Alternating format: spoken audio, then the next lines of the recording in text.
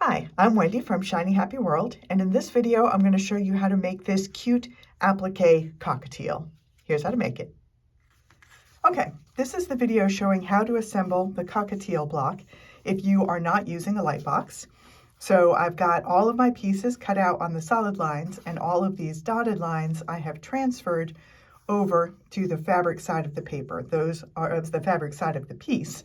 Those are placement guides, which you'll need if you're not using a light box. So here's how we put it together.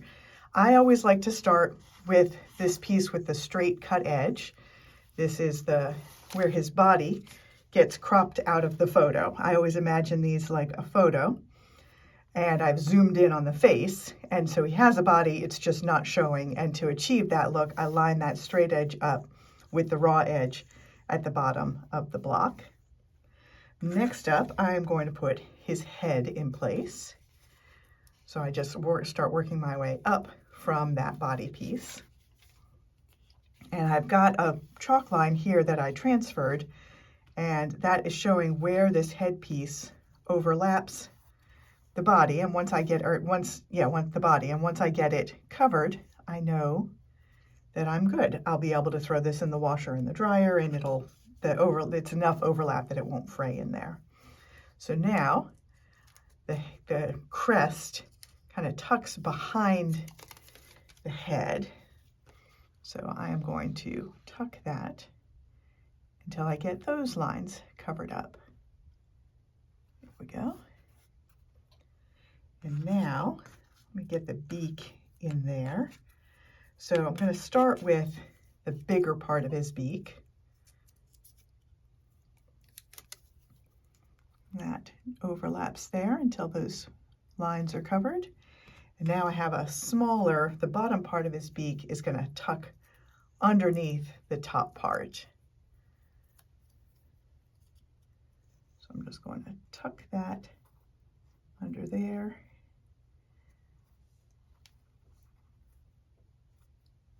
There we go. All right, now he has a wing, like the shoulder of his wing is showing in the photo.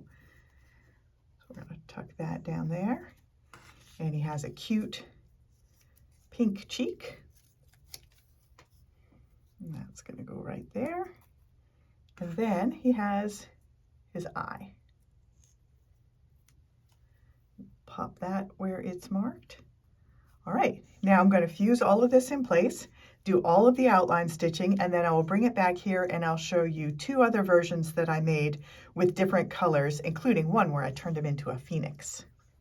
All right, here is the finished cockatiel all outlined.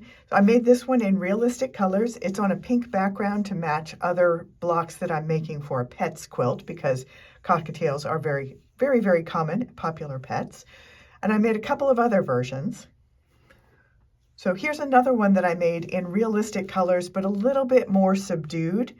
This is all part of my Sea Breeze color palette. It's just a little bit kind of sun faded. I want these to look like colors that have been sitting out in the sun at the beach for a while.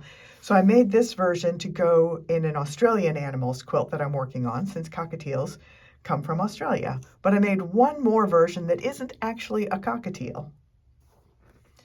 So this is something that I made for a quilt that I'm making of all fantasy animals. So I have a unicorn and a dragon so far, and one of the things on my list was a phoenix. And I decided as I was working on the cockatiels that this would actually be a really great one to choose for a phoenix, because that swoopy crest and also the way I've had some of his feathers coming up into that crest off of his head really looked to me very much like flames. So I left off the little cheek patch and just made him in all different shades of orange, and then put him on a purple background, which all the other things in my fantasy animals quilt are all going to be on purple backgrounds.